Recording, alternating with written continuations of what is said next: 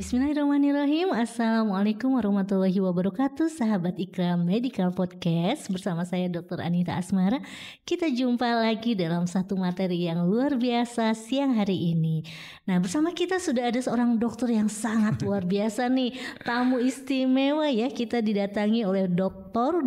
Tauhid Nur Azhar, Magister Kesehatan. Assalamualaikum, Dok. Waalaikumsalam warahmatullahi wabarakatuh. Nah, Masya Allah, beliau ini peneliti yang luar biasa nih. Beliau saat ini menjadi dosen di Telkom University. Beliau Board of Advisory Prodi Teknik Biomedis ya, Dok. Iya. Ada teknik biomedis ternyata di Telio. Insya Allah ada. Insya Allah ada. Dan subject matter expert Korika ya, kolaborasi riset dan inovasi industri kecerdasan artifisial. Iya, Betul ya, Dok ya. Nah, hari ini kita mau berbicara tentang ini betul-betul kekinian nih, Dok ya, kalau kita ngobrolin AI ini ya, Dok ya. Yang lagi update ya. Yang lagi update dalam aplikasi di bidang kedokteran. Berat nih topiknya. Berat nih, Dok. Boleh, Dok, diceritakan nih sebenarnya apa sih AI dalam konteks kedokteran ini dan bagaimana perkembangannya saat ini, Dok?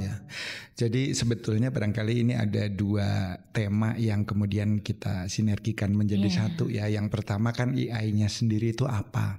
Lalu bagaimana AI tersebut dimanfaatkan? Betul. Diimplementasikan di dunia kesehatan dan wabil khusus mungkin nanti di kedokteran.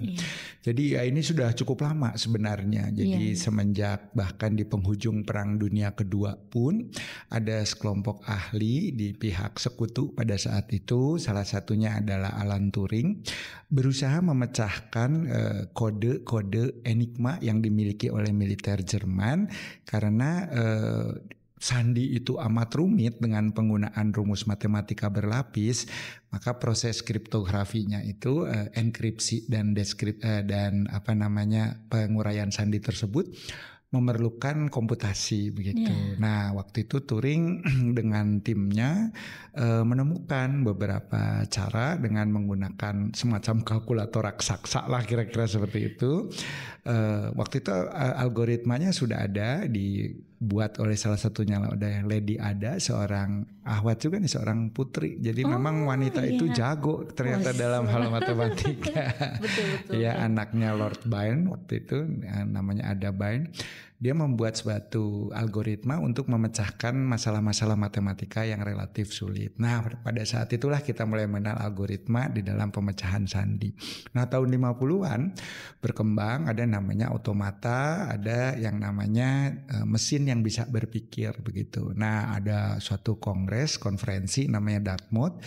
Salah satu penggagasnya adalah John McCarthy. Dia bilang ini arahnya kayaknya ke kecerdasan buatan nih, gitu. Akan ada mesin yang kurang lebih cara berpikirnya mirip otak manusia, gitu. Meskipun ternyata belakangan hari kita sama-sama tahu bahwa ternyata cara kerja mesin itu tidak sepenuhnya meniru neuron, gitu ya. Neuron kan kita juga yang belajar kesehatan tentu tahu ajaib lah, gitu. Betul. Bagaimana memori bisa tersimpan berpuluh-puluh tahun, gitu ya. Neuron. Nah, dari tahun 56 itulah kemudian istilah AI disepakati. Nah, yang menyepakati itu John McCarthy dan juga beberapa akademisi dari MIT seperti Marvin Minsky. Hari itu sudah mulai dikenal. Jadi artinya kurang lebih berapa ya, 75 tahun lalu lah ya. Sebenarnya ya, Dok, sudah sepuh lama ternyata AI. Tapi ada masa orang kemudian tidak tertarik untuk mengembangkan AI karena pada saat itu kegunaannya belum ketahuan. Bahkan sebetulnya di era-era awal itu sudah ada AI yang dedicated untuk kesehatan. Namanya lucu, kalau di Indonesia tuh singkatannya micin. Ya, mycin gitu ya, MY gitu. Tapi micin, kita bisa baca micin. Jadi micin itu sebuah expert system yang kemudian bisa mengolah data dari pasien, termasuk menegakkan pada saat itu sampai differential diagnosis. Dan bahkan regimen terapi apa yang bisa digunakan. Misalkan ada beberapa pilihan antibiotik, kemudian hasil labnya juga bisa dibaca. Terus kemudian keluar yang namanya clinical support system macam. Jadi tahun 70-an, 60-70-an tuh sudah ada AI yang mulai bisa mensubstitusi sebagian kerja dokter gitu. Menarik, jadi ya. Sudah bisa membantu diagnosis, sudah bisa membantu turut menentukan pilihan terapi yang terbaik gitu ya, dengan mengukur mungkin optimasi dari masing-masing pilihan terapi tersebut. Tapi nggak berkembang. Karena tidak berkembang, mengapa? Karena pada saat itu data kesehatan itu belum terdigitalisasi. Betul, masih terus kertas ya, dan komputernya itu zaman dulu komputernya segede rumah. segede gaban. Jadi gimana nih caranya kalau kita mau menggunakan AI untuk dunia medis pada saat itu kayaknya di luar Nurul lah kalau kata Gen Alpha, Gen Z. Jadi wah nggak masuk akal, terlalu mahal, tidak efisien gitu. Dan sebagian fungsi yang bisa dikerjakan pun masih bisa dikerjakan oleh manusia. Nah, mulai nih ternyata perkembangan teknologi komputasi itu makin berkembang sangat pesat, prosesornya makin kecil, ada teori Shannon, ada kemudian Moore's Law yang mengatakan bahwa tingkatan eksponensial kemajuan di teknologi digital itu diawali dengan materialnya yang makin compact, makin kecil gitu, IC, prosesor dan seterusnya, transistornya makin mikro gitu, sehingga akhirnya tingkat komputasi yang biasanya dikerjakan di satu komputer segede rumah bisa berada di dalam genggaman tangan, alias HP kita. Iya, betul. HP, tablet dan seterusnya. Nah, pada saat itu kemampuan komputasi yang semakin canggih disertai dengan algoritma untuk menyelesaikan berbagai solusi berbasis matematika yang semakin kompleks. Nah, mulailah orang berpikir meniru kerja saraf dengan lebih presisi, sehingga lahirlah yang disebut dengan artificial neural network. Artificial itu buatan, artificial neural itu ya dari neuron dan jaringan saraf pada umumnya. Lalu kemudian network itu kerjasama ataupun optimasi fungsi di antara beberapa nodes yang terdapat. Bagaikan mungkin kalau kita lihat mah seperti kerja neurotransmitter di sinaps ya. Terus kemudian ada potensial aksi. Ya. Nah, digantinya oleh energi listrik begitu. Nah, akhirnya memasuki tahun 2000-an orang sudah mulai banyak menggunakan untuk penelitian. Nah, salah satunya memang di penelitian kesehatan, karena bisa antara lain yang dipergunakan melihat asosiasi atau hubungan. Intinya adalah membantu proses penyelesaian statistika lah gitu ya. Ada asosiasi, ada korelasi, sehingga kita mengenalnya ada random forest, ada kemudian decision tree, sehingga ketika ada data epidemiologi yang banyak gitu yang kita sulit untuk mengklasifikasi, AI itu bisa membantu mengkelompokkan dan melihat hubungan-hubungan, bahkan jauh lebih cepat dari penelitinya gitu. Nah, itu yang masih lebih banyak atau berkutat pada pengolahan data. Makin kesini, wah ini katanya kalau kata orang Sunda tuh makin edun gitu ya. Mantap. Makin mantap gitu ya. Masya Allah, perkembangan yang terjadi itu ternyata tidak hanya sekedar berbicara di data. Mengapa?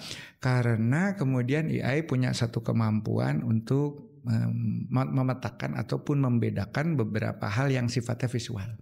Maka kita udah mulai mengenal ketika masuk satu pendekatan baru yang disebut dengan deep learning, atau bagaimana satu proses komputasi bisa mempelajari hubungan sebab akibat lebih mendalam. Ada yang namanya backpropagation, bisa melihat hubungan ke belakang gitu. Jadi artinya kan kalau di kedokteran itu kita kan bisa mencari yang namanya efek kausalitas gitu ya. Etiologinya apa? Ketika sebuah simptom keluar, ternyata oh ya nanti ke depannya prognosanya begini gitu, misalnya dubiat malam gitu ya. Karena ternyata waduh ini neoplasia di mana terjadi perubahan sampai di tingkat molekuler yang kemudian sulit untuk dikoreksi. Nah, itu AI bisa baca. Mulai dari awalnya gitu. Nah, maka dikenal dengan deep learning itu salah satu subset dari machine learning. Mesinnya masih membaca, belajar mengolah data, tetapi sekarang dia sudah punya satu kemampuan asosiatif sebagaimana fungsi kognisi manusia. Bisa menghubung-hubungkan. Dulu cuman recalling, jadi kita cuman baca buku, diapalin teks word by words gitu, atau bahkan karakter by karakter. Lalu kemudian recall ya mengulang saja seperti sebuah rekaman. Tapi sekarang kalau dia membaca 2-3 buku, dia bisa membuat simpulan. Wah, gitu. Jadi saya sudah baca misalkan buku teks untuk patologi, saya sudah baca misalkan buku ajar penyakit dalam, saya sudah belajar juga buku tentang farmakologi gitu. Nah, dia bisa membuat sebuah simpulan bahwa ketika ada perubahan histopatologi yang dibaca dengan imunohistokimia misalkan, itu ternyata nanti di penyakit dalam terkategorinya kriteria diagnosisnya ini. Nah, farmakologinya pakainya ini gitu. Nah, itulah yang kemudian sudah dikenal sebagai bagian dari deep learning. Nah, di deep learning itu ada 2 yang banyak digunakan di kedokteran. Yang pertama adalah convolutional neural network, di mana itu dia bisa merecognize, mengenali citra medis dengan baik. Bahkan kalau terakhir-terakhir ini nih Dokter Anita ya, sering ada pertandingan, jadi para peneliti suka membuat komparasi gitu. Coba kalau radiolog membaca sebuah foto toraks, diagnosanya apa gitu. Coba AI gitu. Mungkin kita juga sering melakukan gitu, iseng-iseng gitu. Nah, ada beberapa penelitian yang memang juga sudah dipublikasi gitu ya di jurnal Q1 ataupun yang masuk Scopus, sehingga bisa dipertanggungjawabkan. Itu ada memang komparasi yang menunjukkan misalkan dalam USMLE untuk ujian profesi dokter di Amerika, itu ketika AI yang bikin itu ternyata nilai kelulusannya kalau nggak salah di atas 90%. Pinter ya, pinter banget. Sementara yang manusia itu capaian terbaik dari satu batch itu 78%. Jadi lebih banyak AI yang lulus. Karena AI tidak pernah lupa. Karena AI tidak, barangkali dia tidak pernah sakit hati. Tidak ada yang menyakiti, tidak ada yang mengganggu konsentrasi. Nah, betul, tidak terdistraksi karena patah hati. Begitu dong. Jadi, kalau yang konvolusional itu lebih kepada image. Jadi hampir semua pemeriksaan diagnostik berbasis image. Artinya kan ada MRI, ada CT scan, ada foto X-ray, ada USG. Itu AI bacanya udah pinter banget. Gitu. Bahkan mungkin sekarang teknologinya menjadi hybrid atau embedded, di mana device-device keluaran terakhir itu sudah memasukkan, menginstalkan AI untuk membantu proses interpretasi hasil.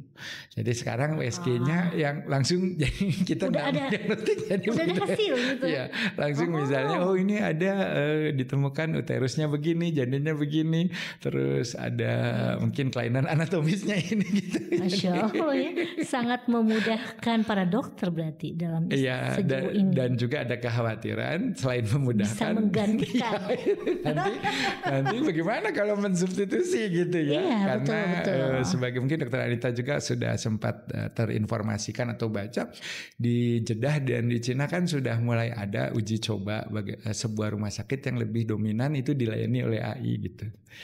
Jadi kalau dulu orang masih mitra ya, maksudnya AI itu membantu profesi dokter gitu. Kalau yang di Jeddah itu dokter supervisi. Jadi artinya kalau AI melakukan kesalahan gitu baru dokter mengoreksi gitu. Jadi selebihnya tapi itu profesi menarik sih menurut saya karena mungkin nanti dokter nggak terlalu capek ya. Jadi yang jaga UGD AI aja.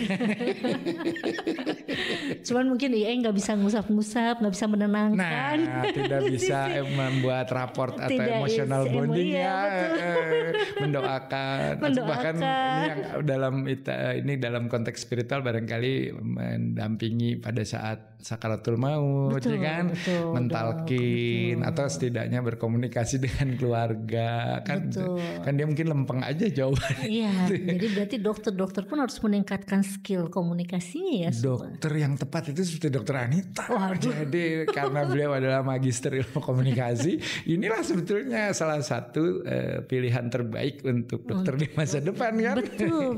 Aspek sisi humaniora yang perlu diolah. Karena mesin mungkin agak mungkin bisa ke sana juga karena sekarang ada AI juga dok. Ini agak geli juga sih.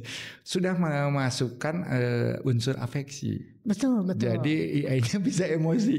Iya, bahkan sekarang yang lagi viral nih dok, yang misalnya anak-anak bahkan mereka sampai memiliki hubungan khusus dengan AI. Oh ada ya? Ada, sampai jadi anak remaja itu dia merasa bahkan lebih disayang daripada oleh orang tua, lebih diperhatikan, lebih dimengerti. Betul, gitu ya, jadi kayak ibarat pacaran dengan chatbot atau saya juga kurang hafal tuh.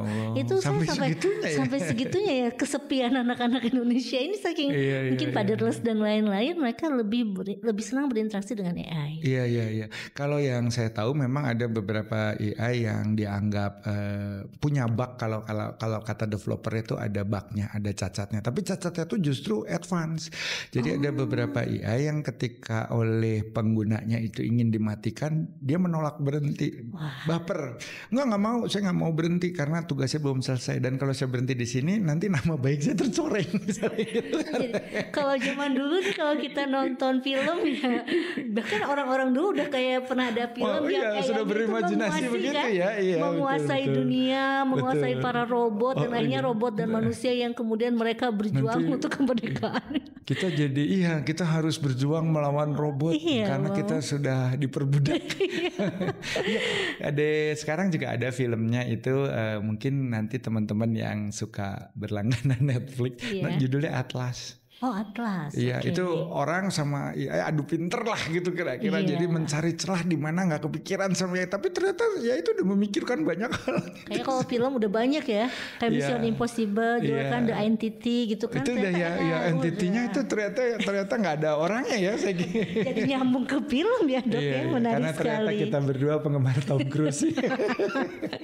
Nah ini dok, jadi sebenarnya kalau dengan kondisi saat ini ya, bahkan saya juga pernah melihat bahwa AI itu juga bisa jadi partner dalam operasi gitu ya. Iya, sudah banyak digunakan. Nah, kemudian jadi apa dong nih tantangan buat mahasiswa kedokteran, buat para dokter muda untuk bahkan mereka bisa memanfaatkan dengan baik ya, karena tadi justru sangat bukan hanya membantu, bahkan bisa menggantikan nih.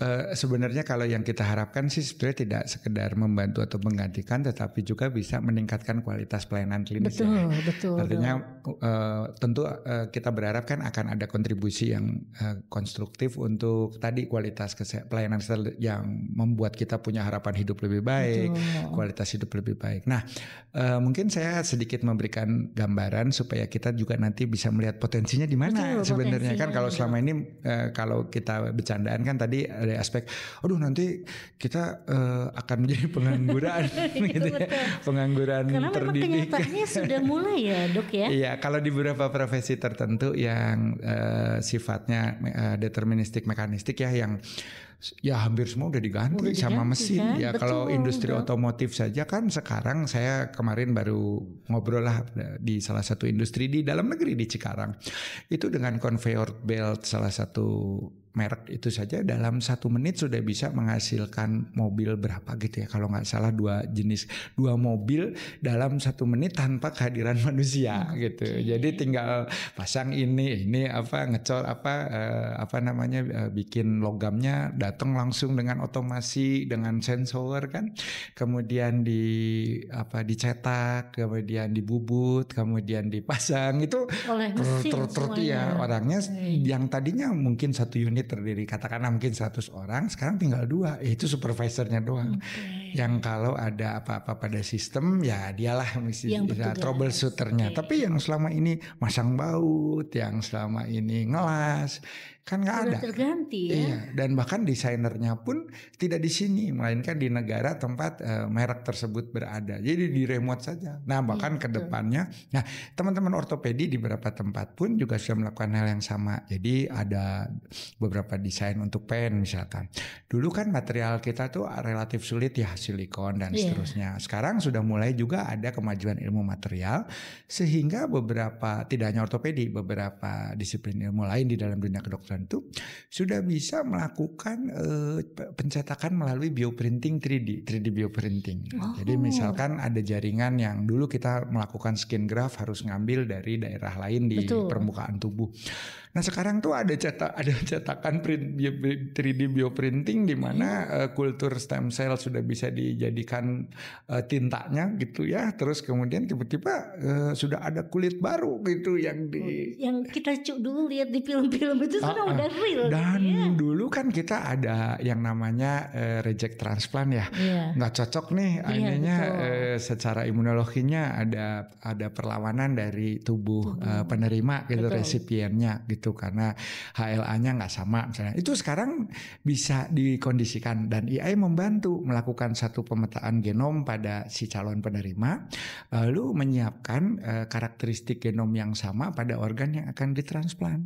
Jadi dia udah begitu 100% match secara sistem, kemudian dicetak dengan bioprinting, dipasangin di kita, makanya kulit kita sendiri. Jadi kalau dulu katakanlah masih xeno ataupun allotransplant, sekarang autotransplant, HLA-nya aja sama kita gitu. Bahkan HLA-nya diambilkan dari darah kita sendiri. Jadi memang di kulturnya memang, dan itu kedepannya bahkan sudah mulai ada pemikiran dan mungkin juga riset gitu ya. Jadi organ, jadi nanti ada ginjal yang tinggal di print, jantung yang kayak ada cloning gitu ya, seperti itu. Iya, dan kayak fiksi ilmiah ya. Betul.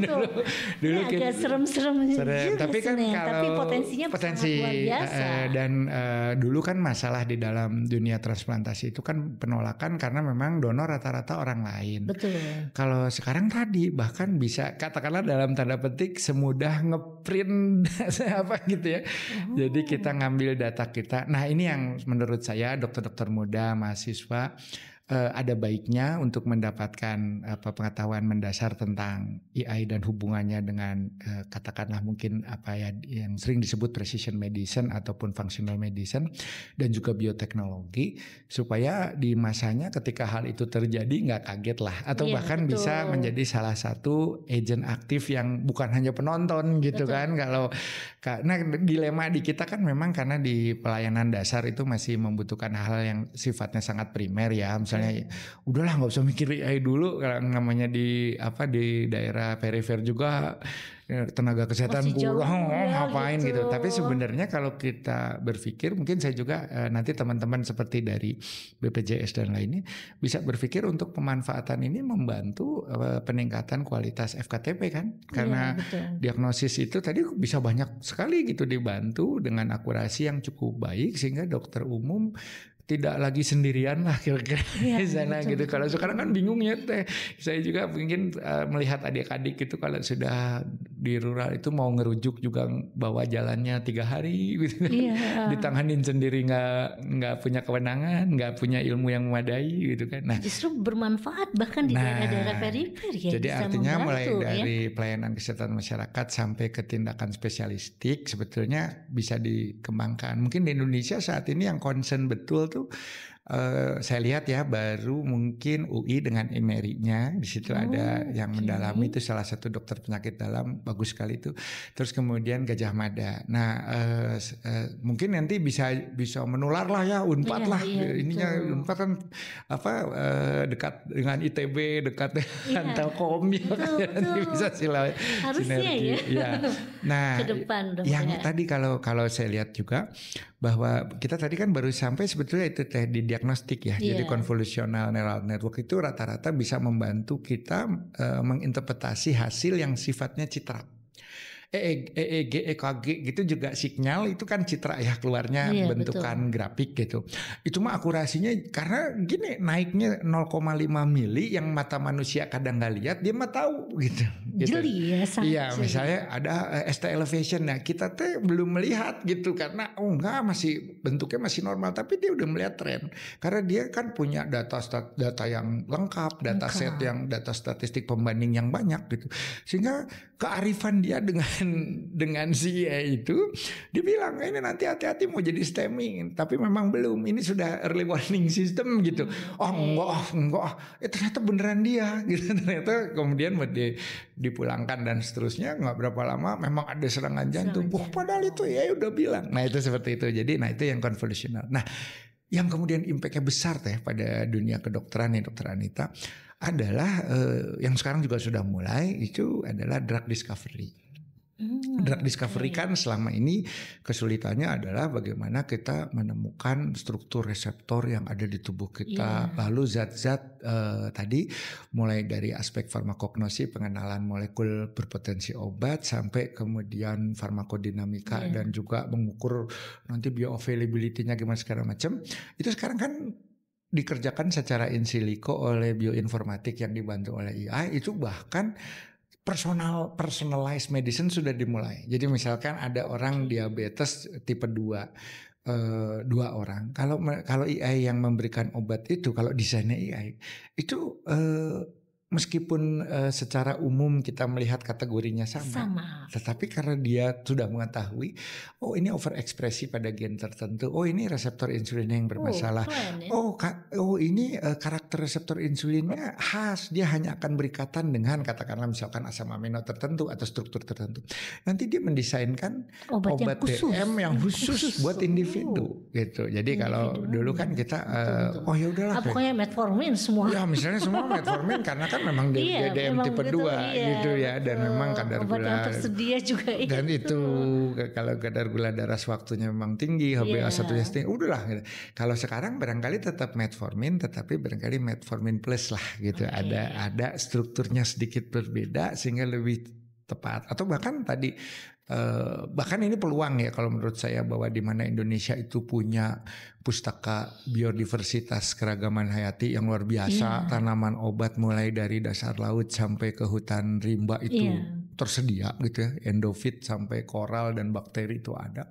Nah, desain-desain itu rata-rata memerlukan molekul dasar sebagai substansi utama. Nah, itu kalau misalkan nanti bisa dibantu AI, kita tuh akan menjadi negara dengan keragaman potensi obat yang nomor satu luar di dunia. Luar biasa. Gitu. Dan industrinya juga akan tumbuh gitu, karena sebenarnya relatif mudah. AI juga sampai membantu mengarahkan prosesnya harus gimana gitu. Misalnya ada buah pala gitu ya, Myristica fragrans yang diteliti juga oleh Unpad waktu itu oleh farmasi. Itu kan punya efek anti diabetik sangat bagus, anti glikemik, biji palanya. Tapi AI akan bisa memetakan orang penderita diabetes tipe 2 dengan gen seperti apa yang cocok dengan pala ini dan rasa. Nah, sehingga nanti komposisi obat tradisional, obat berbasis herbal pun komposisi bisa dibantu. Oh iya, kalau gitu yang ini mah palanya cukup 12%, lalu selebihnya mungkin ini. Jadi individual sekali ya, setiap pasien itu akan ditangani secara personal gitu. Cuman dia aja gitu. Dan kalau yang generatif AI yang sekarang dengan pendekatan yang seringnya kita pakai nih Teh. Tapi pakainya lebih banyak untuk hal-hal yang katakanlah tadi bikin tugas. Iya, betul nih. Yang kita ada 2 yang lagi trendy kan sekarang, GPT sama Gemini ya. Betul. Anak-anak semua tingkat kayaknya udah hafal kita kadang-kadang udah nyerah deh gitu, karena anak-anak tuh cepet banget ya beradaptasi dengan perkembangan teknologi.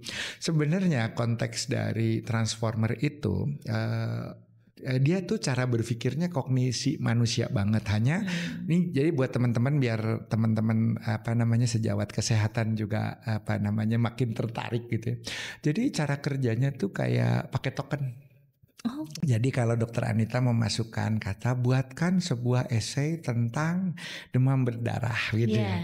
Itu dari setiap kata di prompt Dokter Anita, dia akan beri token. Buatkan itu 1 token, sebuah itu 1 token esai. Nah, token-token itu kemudian akan dia olah, di mana dia akan membuka satu file atau dataset untuk dia belajar berdasarkan panduan kata-kata tersebut. Makanya nanti data tentang demam berdarah ditarik, esai itu ditarik. Nanti makanya karena ketika dia keluarkan outputnya, kok menjadi sebuah tulisan yang sangat bagus, karena dia sudah mencontoh esai-esai terbaik yang kemudian dia bisa ambil sebagai patron, sebagai panduan. Nah, dari token itu. Jadi makanya semakin bagus prompt kita, itu tokennya akan efektif dan efisien. Bukan panjang, tetapi tokennya itu nyangkut dengan kata kunci yang bisa membuka data yang paling tepat. Gitu. Jadi kalau kan makanya gini, saya ngasih prompt yang sama, tapi saya ngasih prompt kurang lebih nyuruh gini, tapi kok keluarnya gini ya. Sementara si A gitu, kok bagus banget sih hasil AI gitu. Berarti tergantung pengguna tokennya juga ya, apa yang dia minta dan ya. bergantung kita berlangganan atau tidak. Iya, karena kalau kita nggak yang pro, dia batasinya di token, gitu. Baik. Jadi nanti memang selalu ada beda ya, antara pro dan yang karena katanya gratisan. ada harga, ada rupa. Betul Dok. Nah sebenarnya kalau dilihat di sana penggunaan transformer yang sifatnya generatif itu bukan hanya untuk itu. Termasuk sebetulnya salah satu yang sangat bagus itu bisa digunakan nanti kelak di functional medicine.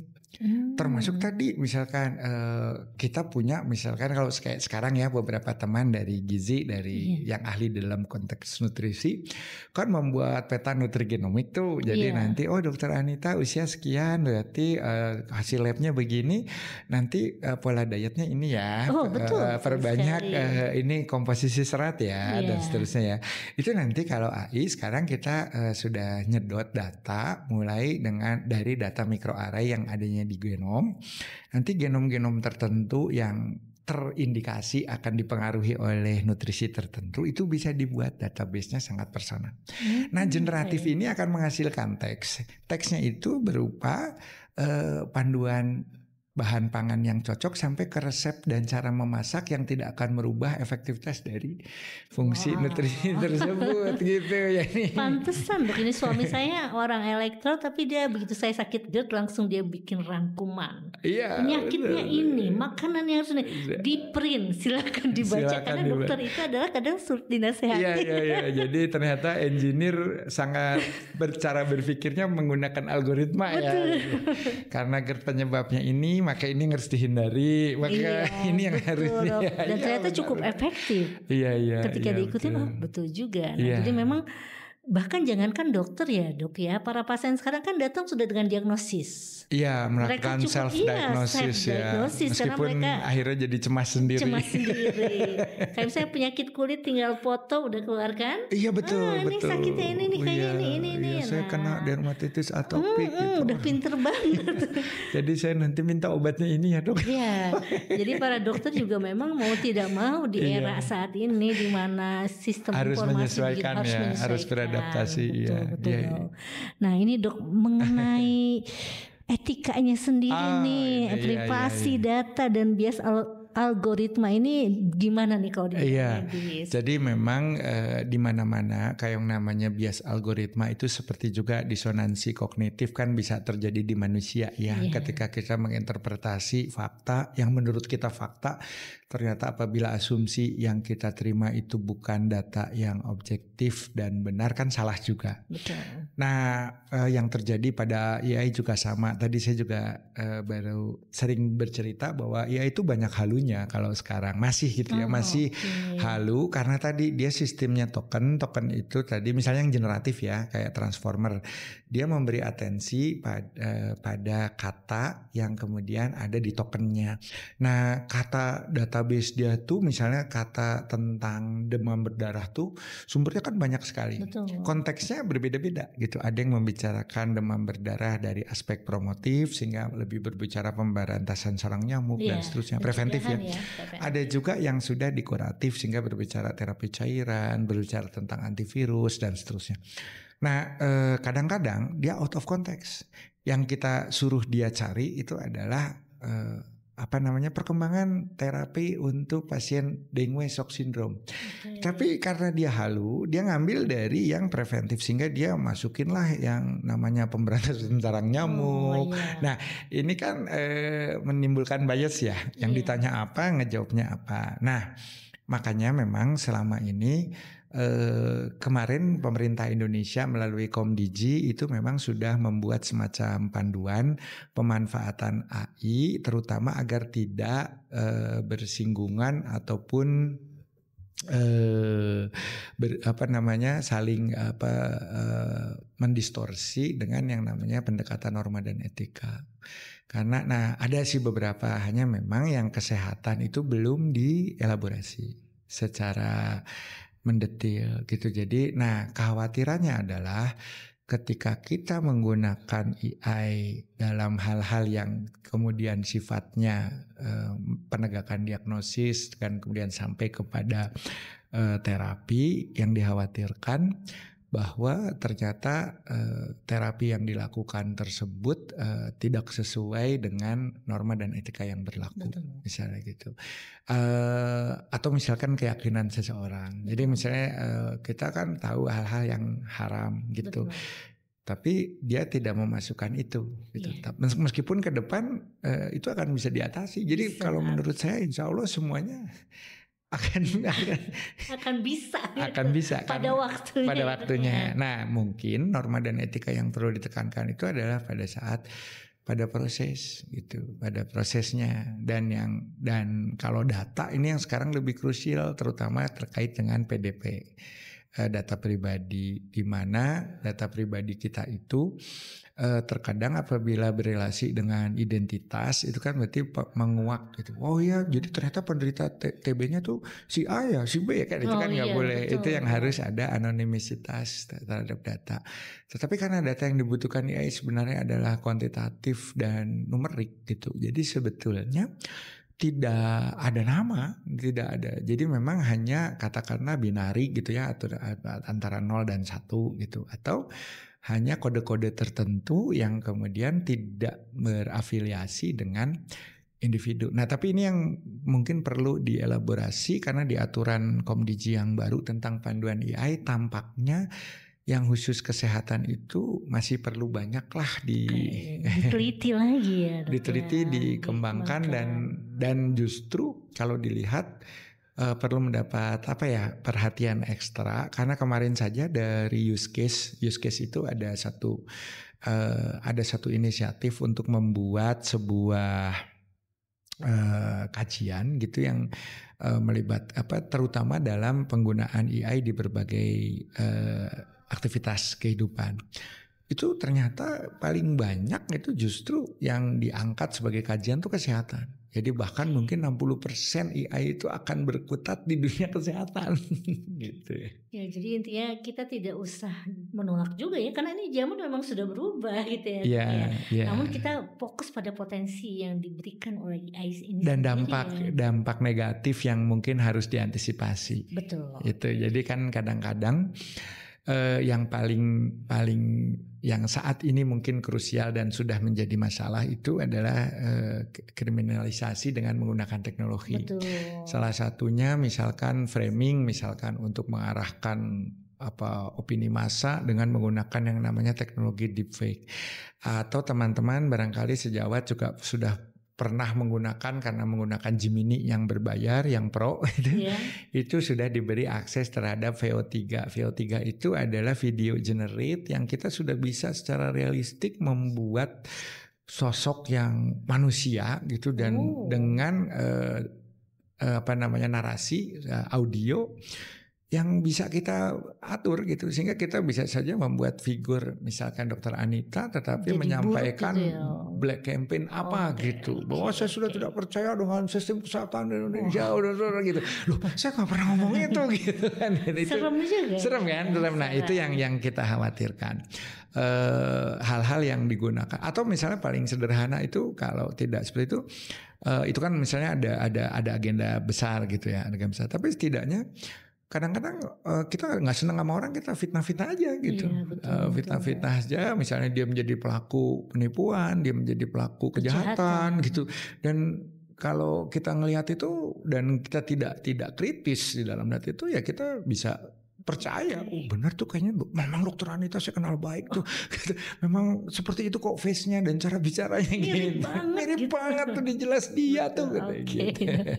Aduh, ini kayak butuh 2 jam nih kalau ngobrol sama Dokter Taufik, kan cukup ya 30 menit. Tapi masalahnya sudah habis ini, Dok. Mungkin perlu ada part 2 ya nanti ya. Karena ini menarik banget nih, masih banyak yang belum terkuak nih. Masih banyak blank spotnya ya. Masih banyak blank spotnya, masih baru permukaan aja nih dari ini ya. Benar. Cuman ya intinya sangat menarik sekali ya, Dok ya. Kalau kita fokus pada hal-hal positif untuk membantu tadi ya pelayanan di masyarakat, terutama dari para tenaga medis ya, insya Allah mudah-mudahan kita bisa memaksimalkan dengan baik ya. Oke, gimana nih? Susah juga nutupnya ya, kayak masih ada yang ketahan ya. Iya. Tapi ya mudah-mudahan Dok, terima kasih banyak sekali sudah sharing hari ini. Senang sekali saya. Menarik sekali ya, kita sampai gitu ya. Ternyata ya kalau istilahnya neng AI ya, neng AI. Iya, neng AI. Berarti orang Sunda penemu AI itu. Tapi kita dengar sejarahnya juga dari awal nih, menarik sekali. Dan buat teman-teman tenaga medis juga tentu ini juga sangat membantu sebenarnya ya Dok ya, ke depan insya Allah. Mudah-mudahan bisa dimanfaatkan, misalkan tadi meningkatkan akurasi tindakan dan juga diagnosis sampai ke tahapan pencegahan dan juga optimasi pelayanan. Jadi kayak operasi makin oke. Terus terapi genom makin bagus. Jadi sebenarnya nggak usah ditakuti, tapi kita hal-hal harus yang pelajari. Kita tetap bisa tekan ya Dok ya. Insya Allah demikian. Oke, terima kasih Dokter Taufik, luar biasa. Oke, teman-teman Ikra Medical Podcast ini kayak kurang ya waktunya ya. Mudah-mudahan nanti kita ketemu lagi sama dokter ya Dok. Amin, ya. Insya Allah, siap. Terima kasih atas ilmunya. Mudah-mudahan teman-teman juga tetap bersemangat untuk mempelajari AI ya. Dan menggunakannya untuk hal-hal yang tentu positif. Yang baik, ya. Dan aduh kalau saya pribadi nih kayak masih banyak pertanyaan. Ya mudah-mudahan bisa bermanfaat juga teman-teman. Terima kasih atas perhatiannya. Dengan saya Dr. Anita dan juga Dr. Taufik. Kapan-kapan kita bahas AI lagi. Baik. Oke, wabillahi taufiq wal hidayah. Wassalamualaikum warahmatullahi wabarakatuh.